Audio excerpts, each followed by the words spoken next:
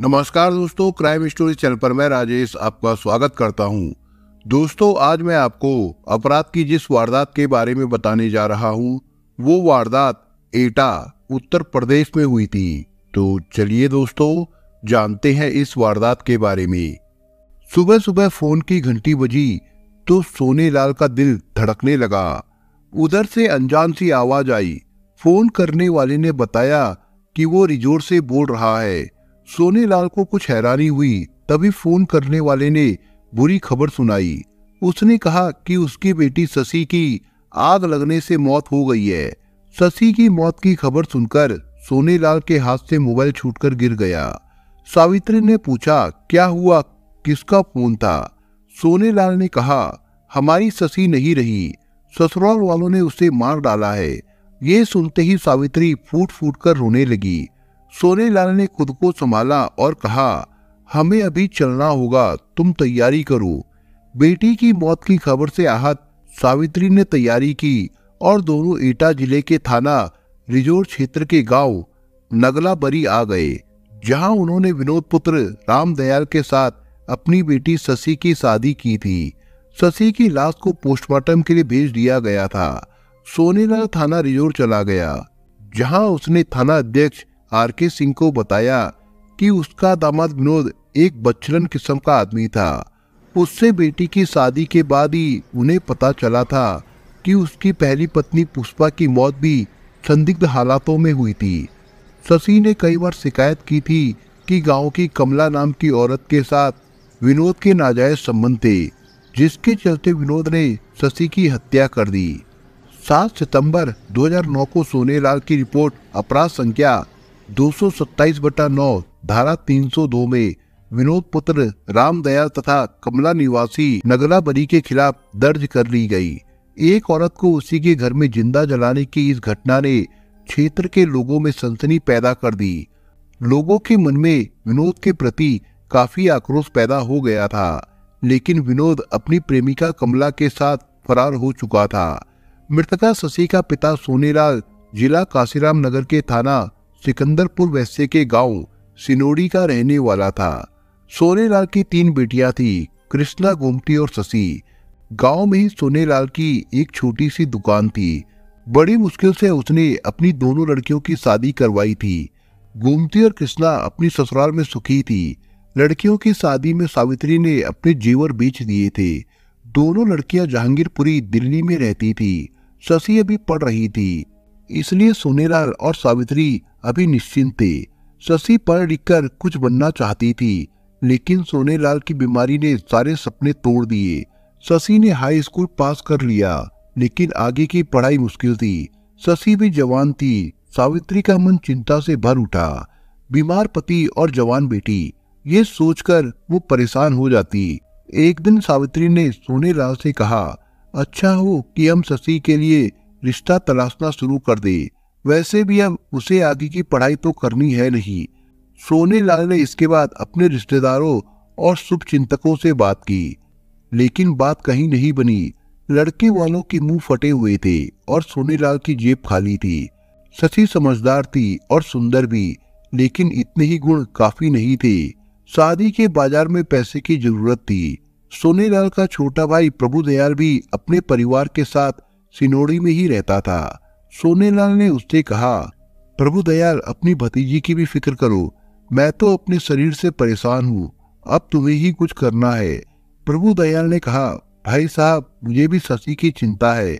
मैंने भी कुछ लोगों से बात कर रखी है। मेरा एक दोस्त रमेश एटा में रहता है, उसकी रिश्तेदारी रिजोर में है। उसकी नजर में एक लड़का है, रमेश जल्दी ही फोन करके बताएगा। प्रभुदयाल की बात सुनकर सोनेलाल कुछ निश्चिंत हुआ। रात देर तक वो पत्नी के साथ बातें करता रहा। शशि ये सब सुन रही थी। पढ़ाई का छूट जाना उसके लिए दुखदाई था। माँ बाप शादी करके मुक्ति पाना चाहते थे। शशि भी माँ बाप की मजबूरी को जानती थी, इसलिए उसने खुद को हालात के सहारे छोड़ दिया। हालांकि शशि बहुत ही महत्वाकांक्षी थी, मगर जानती थी कि उसके सपने कभी पूरे नहीं हो सकते। हफ्ते भर के बाद प्रभुदयाल ने सोनेलाल से कहा, भाई साहब, रमेश का फोन आया था। उसका कहना है कि लड़के वालों की कोई मांग नहीं है। उन्हें तो घर संभालने वाली लड़की चाहिए। अपना मकान है और खेती लायक जमीन भी है। सभी कुछ ठीक है, मगर क्या? सोनेलाल ने पूछा। भाई साहब, लड़के की पहली पत्नी मर चुकी है और उसके 2 छोटे छोटे बच्चे भी है, प्रभुदयाल ने कहा। सोनेलाल चुप रह गया। प्रभुदयाल ने कहा, भाई साहब, एक बार देख तो लो। यदि लड़का ठीक है, जमीन जायदाद है, तो फिर शादी करने में हर्जी क्या है? अपने घर को तो देखो। आपकी बीमारी ने आपको फटेहाल बना दिया है। सोनेलाल को लगा कि प्रभुदयाल ठीक कह रहा है, इसलिए एक दिन वो अपने भाई प्रभुदयाल और रमेश को लेकर नगलाबरी जा पहुंचा। गांव में रामदयाल का काफी बड़ा मकान था। 20 बीघा जमीन भी थी। विनोद भी देखने में ठीक ठाक था। रामदयाल ने बताया कि इन दिनों उसकी विधवा भाभी ही घर संभाल रही है, इसलिए वे चाहते हैं कि विनोद की शादी जल्द ही हो जाए। बातचीत के दौरान रामदयाल ने स्पष्ट कह दिया कि दहेज की उन्हें जरूरत नहीं है, बस घर संभालने के लिए सुशील लड़की चाहिए। सोनेलाल को लगा कि खाली एक कमी के कारण रिश्ते को ठुकराना नहीं चाहिए। उसे विनोद की बातचीत पसंद आई। उसने प्रभुदयाल से बात की। फिर आपसी सहमति से सोनेलाल ने रिश्ते के लिए हामी भर दी और उन्हें लड़की देखने के लिए कह दिया। घर आकर सोनेलाल ने सावित्री को सारी बात बता दी। सावित्री ने अपना सिर पीट लिया। लड़की को क्यों कुएं में धकेल रहे हो? मेरी बेटी कितनी मासूम है, ससुराल जाते ही 2 बच्चों की माँ बन जाएगी। ये तो ठीक नहीं है, लेकिन मैं क्या करूं, तुम ही बताओ। ना तो अभी मेरे पास पैसा है और ना ही भविष्य में कहीं से पैसा आने वाला है। हम आखिर कब तक लड़की को घर में बिठाए रखेंगे? सावित्री, जो हो रहा है उसे होने दो, सोनेलाल ने कहा। सावित्री को ना चाहते हुए भी पति की बात माननी पड़ी। शशि को पता चला तो वो रो रो कर बेहाल हो गई। उसके सारे सपने टूटकर चूर चूर हो गए थे। और कुछ दिन बाद अप्रैल 2008 में शशि की शादी विनोद के साथ हो गई। इसी को अपनी नियति समझकर शशि ने सब्र कर लिया। शुरू में सब कुछ ठीक रहा। शशि ने अपने मायके वालों को बताया कि वो सुखी है, विनोद प्यार करने वाला पति है और उसने विनोद के दोनों बच्चों को सहज अपना लिया है। हफ्ते भर के बाद विनोद शशि को लिवाकर ले गया, लेकिन इस बार शशि की हवा का रुख बदला हुआ सा दिखाई देने लगा। ससुराल पहुंचने के अगले दिन विनोद रात को देर से घर आया। शशि ने महसूस किया कि उसके मुंह से बदबू आ रही थी। विनोद आते ही चारपाई पर लंबा हो गया। सुबह पूछने पर विनोद ने कहा, दोस्तों के बीच फंस गया था, उन्होंने ही जबरन पिला दी। शशि को बुरा लगा, लेकिन वो खामोश रही। पर यह सिलसिला चल निकला। अब विनोद रोज रात को दारू पीकर घर लौटने लगा। शशि ने विरोध किया तो मारपीट शुरू हो गई। पति के व्यवहार से शशि तंग आने लगी। उसका मन बेचैन होने लगा तो आसपास की औरतों से उसने मेलजोल बढ़ाना शुरू कर दिया। एक दिन पड़ोस की राजवती ने कहा, बहू, तुम अपने मर्द को रोकती क्यों नहीं? किस बात के लिए? शशि ने पूछा। अरे तुम्हें नहीं मालूम, वो कमला के पास आता जाता है, वो बोली। कमला? वो कौन है? शशि ने पूछा। अरे तुम्हें पता ही नहीं है, कमला के साथ तो उसके पुराने संबंध है। कमला की वजह से ही उसकी पहली पत्नी की मौत हुई थी, राजवती ने शशि को बताया। ये सुनकर शशि स्तंभ रह गई। उसका मन तनाव से भर उठा, पर पड़ोसन की बात से वो विनोद पर कैसे शक कर सकती थी, और उसने तय किया कि वो सच्चाई को जानकर रहेगी। अब वो विनोद पर गहरी नजर रखने लगी।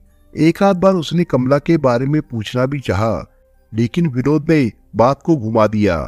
लेकिन बहुत जल्दी शशि का शक विश्वास में बदल गया। एक दिन शशि के हाथ विनोद का बटुआ लग गया। बटुए में एक महिला की तस्वीर थी। शशि समझ गई कि यही कमला होगी। शशि का मन कड़वाहट से भर गया। शाम को जब विनोद घर आया तो शशि ने उससे सीधे मुंह बात तक नहीं की। विनोद ने शशि के व्यवहार पर ध्यान नहीं दिया।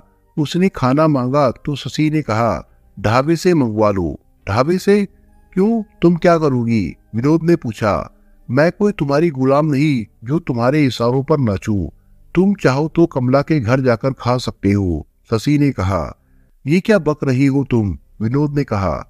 जिस औरत की फोटो तुम अपने बटुए में रखे हुए हो, उससे तुम्हारा क्या रिश्ता है? क्या ये मैं नहीं समझती? तुम पूरे गांव में बदनाम हो। कहते हुए शशि रोने लगी। विनोद ने देखा मामला संगीन हो रहा है। वो शशि के पास बैठ गया और हंसते हुए बोला, अरे तुम इस फोटो के लिए परेशान हो? वो तो कमला भाभी ने फोटो बनवाने को दिए थे। तुमने अच्छी याद दिला दी, मैं तो भूल ही गया था। चलो उठो, खाना बनाओ, बच्चे भी भूखे हैं। शशि ने सोचा शायद यही सच हो सकता है, गांव के लोगों का शक बेबुनियाद हो। शशि ने उठकर खाना बनाया। उस दिन विनोद का व्यवहार काफी अच्छा था। शशि ने राहत की सांस ली। विनोद रोज सुबह अपनी नौकरी पर एटा चला जाता था और शाम को वापस लौट आता था, पर आते जाते वो कमला की दुकान पर ठहरता था। ये बात गांव का बच्चा बच्चा जानता था। गांव का हर आदमी कमला और विनोद के संबंधों के बारे में जानता था। विनोद की ये हरकतें गांव वालों को पसंद नहीं आती थी, पर कमला के कारण कोई बोल नहीं पाता था। मनोहर एक सड़क एक्सीडेंट में अपाहिज हो गया था। वही दुकान चलाता था, मगर उस एक्सीडेंट के बाद कमला ने दुकान संभाल ली और बेलगाम हो गई। मनोहर बेचारा सब कुछ चुपचाप सहता रहता था। कमला की कोई औलाद नहीं थी। वो हर समय अपने अपाहिज पति को कोसती रहती थी। पड़ोसी औरत शशि को समझाती कि वो विनोद को रोके। फोटो वाली बात से विनोद भी सतर्क हो गया था। शशि ने धमकाया कि यदि उसने अपनी राह नहीं छोड़ी तो वो मायके चली जाएगी। विनोद डर गया। उसकी चाची नारायणी भी चली गई थी। शशि के जाने के बाद तो घर अस्त व्यस्त हो जाएगा, लेकिन बुरी आदतें पीछा कब छोड़ती है। इधर कमला भी परेशान थी। एक दिन शाम को विनोद काम से लौटा ही था कि कमला घर पर आ गई। उसने विनोद से कहा, विनोद चलो, आज मैंने तुम्हारे पसंद का खाना बनाया है। कमला के दुस्साहस पर विनोद हैरान हुआ, लेकिन वो हंसते में बोला, भाभी तुम मेरी चिंता क्यों करती हो? शशि भी यहाँ खाना बना रही है। अरे वाह, तुम्हारे भैया तुम्हें बुला रहे हैं, चलो उठो। कहते हुए कमला विनोद का हाथ पकड़कर ले गई। शशि का चेहरा गुस्से से तमतमाने लगा। थोड़ी देर बाद रामदयाल ने घर में कदम रखा तो शशि फट पड़ी। बाबूजी, अपने बेटे को समझा लो, वरना कुछ भी हो सकता है। वो कमला उन्हें अपने साथ ले गई है। रामदयाल ने ठंडी सांस ली और बोला, बहू तुम समझदार हो, अब इस मामले को तुम ही संभालो। देर रात को जब विनोद घर लौटा तो वो नशे में धुत था। जैसे तैसे रात गुजरी। सुबह उठकर विनोद इधर उधर घूमने लगा। फिर उसकी नजर शशि पर पड़ी, जो अपने बैग में कपड़े रख रही थी। कहाँ जा रही हो? मायके, कहते हुए शशि उठ खड़ी हुई। नहीं, तुम मायके नहीं जा सकती। मेरा और बच्चों का क्या होगा? देखो तुम तो खामखा नाराज हो जाती हो। विनोद ने कहा, देखो मैं पुष्पा नहीं हूं जो सब कुछ चुपचाप सहती रहूंगी। मेरे माँ बाप ने बेशक मजबूरीवश मेरी शादी तुमसे कर दी थी, लेकिन इसका मतलब ये नहीं है कि मैं तुम्हारी मनमानी चुपचाप सहती रहूंगी। मैं जानती हूँ कि मुझे क्या करना चाहिए। विनोद ने उसका बैग लेकर कमरे में रख दिया और फिर बोला, जो हुआ सो हुआ, अब आगे सब कुछ ठीक हो जाएगा। मुझे काम पर जाना है, जल्दी से खाना दे दो। शशि ने कुछ सोचा, फिर रसोई घर में चली गई। विनोद के जाने के बाद शशि काफी देर तक सोच रही थी। गुस्से के कारण उसका माथा फटा जा रहा था। फिर उसने कपड़े बदले और बाहर निकल गई। कमला की दुकान पर पहुंचकर उसने देखा कमला एक ग्राहक से हंस हंसकर बातें कर रही थी। शशि को देखकर कमला कुछ घबरा गई और फिर बोली, अरे कैसे आई हो तुम? शशि ने छूटते ही कहा, कितनी बेगैरत है, तू पराये मर्द पर डोरे डालती है। घर में तेरा आदमी चारपाई पर पड़ा हुआ है, उसकी मजबूरी का फायदा उठा रही है। तब तक कुछ तमाशबीन वहां इकट्ठा हो गए थे। कमला के चेहरे पर पसीना आ गया, लेकिन उसने खुद को संभाला। मैं पराये मर्दों पर डोरे डालती हूँ तो तुझे क्यों जलन हो रही है? तू किसी पर भी डोरे डाल, लेकिन मेरे मर्द को छोड़ दे, वरना मैं कुछ भी कर सकती हूँ। शशि ने कहा, अरे अपने मर्द को काबू में रखना, और तू जो कर सकती है कर ले, हमें कोई परवाह नहीं है। कमला ने कहा, जब आग का पानी भर जाता है तब समाज की परवाह नहीं रहती, पर मैं पुष्पा नहीं हूँ जो चुपचाप सहती रहूंगी। कमला ने तीखी नजरों से देखा और बोली, लगता है तेरे भी दिन पूरे हो गए हैं। पुष्पा का जो हुआ सो हुआ, पर तेरा वो हाल होगा कि तू इस दिन को पछताएगी जो सरेआम मेरी बेइज्जती की है। कमला ने तमतमाते हुए कहा। ग्रामीणों ने बीच बचाव करके शशि को वापस कर दिया, लेकिन शशि का दिमाग ठिकाने पर नहीं था। इधर कमला ने तय कर लिया कि वो अपने अपमान का बदला लेकर रहेगी। दरअसल कमला के पति का विकलांग होना ही कमला की परेशानी का सबब बन गया था और वो गुमराह होती चली गई। पेट की भूख तो मिट जाती है, पर रात अंगारों पर कटती थी। जिस्म की भूख उसे परेशान करने लगी तो उसने दुकान पर आने वाले एक ग्राहक से मेलजोल बढ़ाया और धीरे धीरे ये सिलसिला चलने लगा। फिर कमला की जिंदगी में विनोद आ गया। विनोद आते जाते उसकी दुकान पर ठहरता था और सिगरेट माचिस लेकर कस लगाता और कमला का हालचाल पूछकर चला जाता। कमला को विनोद भा गया। एक दिन उसने कहा, बैठो चाय बनाती हूँ, पीकर जाना। फिर विनोद चाय के साथ साथ देर तक कमला से बातें करता रहा। इसके बाद बात कुछ आगे बढ़ी। एक दिन कमला ने विनोद से कहा, जानते हो औरत मर्द से क्या चाहती है? विनोद ने उसकी तरफ देखा और पूछा, क्या चाहती है? तब कमला ने कहा, औरत मर्द का सुख चाहती है, लेकिन मैं शादीशुदा हूँ।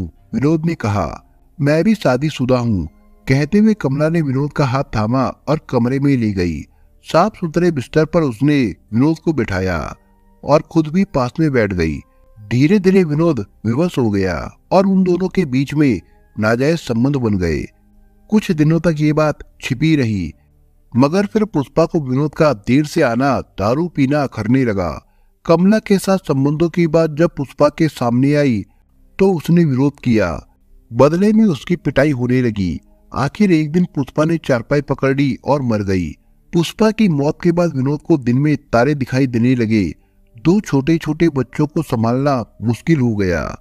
कुछ दिनों के बाद नारायणी चाची को बुला लिया गया, लेकिन उसने साफ कह दिया कि ज्यादा दिन तक वो नहीं रुक पाएगी।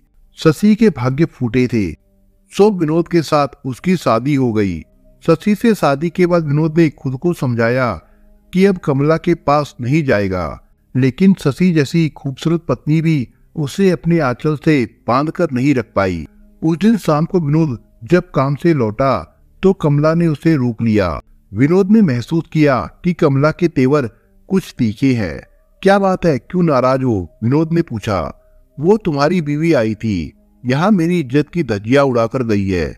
अब तुम फैसला कर लो कि तुम्हें क्या करना है, या तो उसे छोड़ो या फिर मुझे। एक मयान में अब 2 तलवारें नहीं रह सकती। कमला ने कहा, ये क्या बोल रही हो तुम? तुम्हारे लिए मैं अपनी पत्नी को कैसे छोड़ सकता हूँ? पुष्पा के बाद बहुत मुश्किल से शादी हुई है, वो मेरा घर संभाल रही है। विनोद बोला, तो फिर मुझे छोड़ दो। कमला ने कहा, तुम्हें छोड़ने का तो मैं सोच भी नहीं सकता।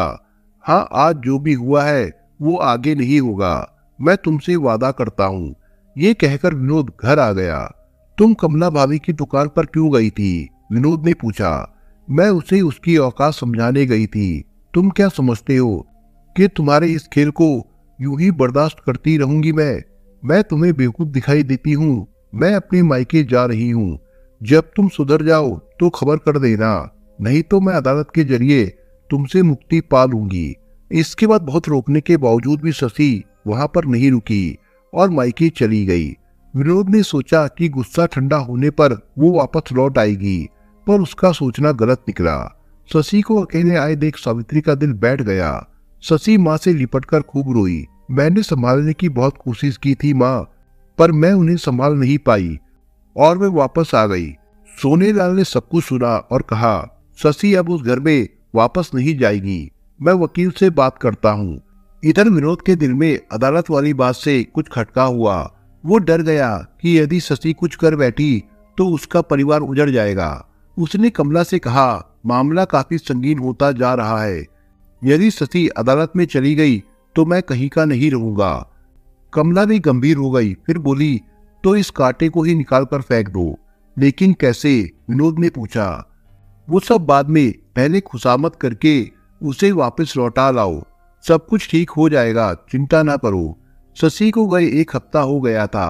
रामदयाल ने विनोद से कहा, तुम जो कर रहे हो वो ठीक नहीं है। खुद को सुधारो, तभी तुम्हारी घर गृहस्थी चल पाएगी। हाँ बाबूजी, आप ठीक कह रहे हैं। मैं आज ही शशि को लिवाने जा रहा हूँ, विनोद ने कहा। विनोद जब ससुराल पहुंचा तो सोनेलाल ने कहा, अब यहाँ क्या लेने आए हो? शशि को अब मैं नहीं भेज सकता। बाबूजी, ये आप क्या कह रहे हो? वहाँ बच्चे परेशान हैं। मैं आपसे वादा करता हूँ कि अब शशि को कोई परेशानी नहीं होगी, विनोद ने कहा। लेकिन शशि ने उसके साथ जाने को मना कर दिया। काफी देर बातचीत के बाद सावित्री ने कहा, बेटी, शादी के बाद ससुराल ही बेटी का घर होता है। तुम जाकर अपना घर संभालो, इसी में हम सबकी भलाई है। शशि भी जानती थी कि पिता के लिए वो बोझ की तरह है, इसलिए उसने चुपचाप माँ की बात मान ली। फिर वो विनोद के साथ उसी नर्क में आ गई जहां से वो जान छुड़ाकर गई थी। उसने सोचा शायद अब सब कुछ ठीक हो जाएगा, पर ऐसा हुआ नहीं। विनोद अगले दिन फिर देर से आया। शशि समझ गई कि उसका जीना मरना इसी नर्क में है। शशि ने विनोद से कहा, लगता है मेरी जिंदगी तुम्हें मजाक की तरह ही लगती है, पर ऐसा ज्यादा दिन तक नहीं चल पाएगा। तुमने मेरे माँ बाप का भरोसा तोड़ दिया है, मैं तुम्हें माफ नहीं कर सकती। क्या करोगी तुम? मुझे अदालत में घसीट कर ले जाओगी, पर मैं तुम्हें जाने दूंगा तब ना। ससुराल में, गांव में, सब जगह तुमने मुझे बदनाम कर दिया है। बदनाम तुम अपने कर्मों से हुए हो, मेरी वजह से नहीं। लेकिन अब मैं यहाँ नहीं रहूंगी। तुम लोगों का खाना बना दिया है, खा लेना। अब मैं जाऊंगी। रामदयाल दोनों बच्चों को लेकर सुबह ही दूसरे मकान में चला गया था। विनोद के लिए ये एक अच्छा मौका था। इधर शशि ने बैग में कपड़े रखे और बाहर आंगन में आ गई। इससे पहले कि वो कुछ समझ पाती, विनोद ने उसके ऊपर मिट्टी का तेल डाल दिया और आग लगा दी। शशि धू धू कर जलने लगी। उसकी चीख पुकार सुनकर परिजन और पड़ोसी वहां पर आ गए, लेकिन जब तक वे उसे बचा पाते तब तक देर हो चुकी थी। एक जिंदा जल रही औरत को देखकर लोग डर गए थे। विनोद और कमला फरार हो गए। गांव वालों ने पुलिस को सूचना दे दी। किसी ने पूछताछ कर सोनेलाल को भी फोन कर दिया। कुछ ही देर में पुलिस आ गई। उस समय सुबह के 9 बज रहे थे। Inspector रिजोर R K. सिंह ने पूछताछ की तो नाजायज संबंधों का मामला सामने आया। पंचनामा भर के शव को पोस्टमार्टम के लिए भेज दिया गया। सोनेलाल चीरघर में अपने परिजनों के साथ पहुंचा। बेटी के गम में वो पागल सा हो रहा था। उसे नहीं मालूम था कि उसका जालिम दामाद बेटी को जिंदा जला देगा। सोनेलाल ने रिपोर्ट लिखा दी। पुलिस ने रात में कमला के घर में दबिश दी तो कमला पुलिस के हत्थे नहीं आई। कमला और विनोद भाग चुके थे। आर.के. सिंह ने मुखबिरों का जाल बिछा दिया। 10 सितंबर 2009 को दोनों उस समय पकड़े गए जब वे दोनों दिल्ली जाने वाली बस में बैठे थे। मुखबिर की सूचना पर पुलिस एटा बस स्टॉप पर पहुंच गई और दोनों को पकड़ लिया। पुलिस के हत्थे चढ़ते ही दोनों के रंग उड़ गए। वे समझ गए कि उनका खेल खत्म हो गया है। इसके बाद पुलिस ने उनसे आवश्यक पूछताछ करने के बाद दोनों को कोर्ट में पेश किया, जहां से दोनों को जेल भेज दिया गया था। दोस्तों, आप अगर चैनल पर नए हो तो आप चैनल को सब्सक्राइब करने के साथ कमेंट बॉक्स में इस कहानी के बारे में अपने विचार जरूर लिखिएगा। मिलता हूं एक नई कहानी के साथ, तब तक के लिए अपना ख्याल रखिएगा। धन्यवाद।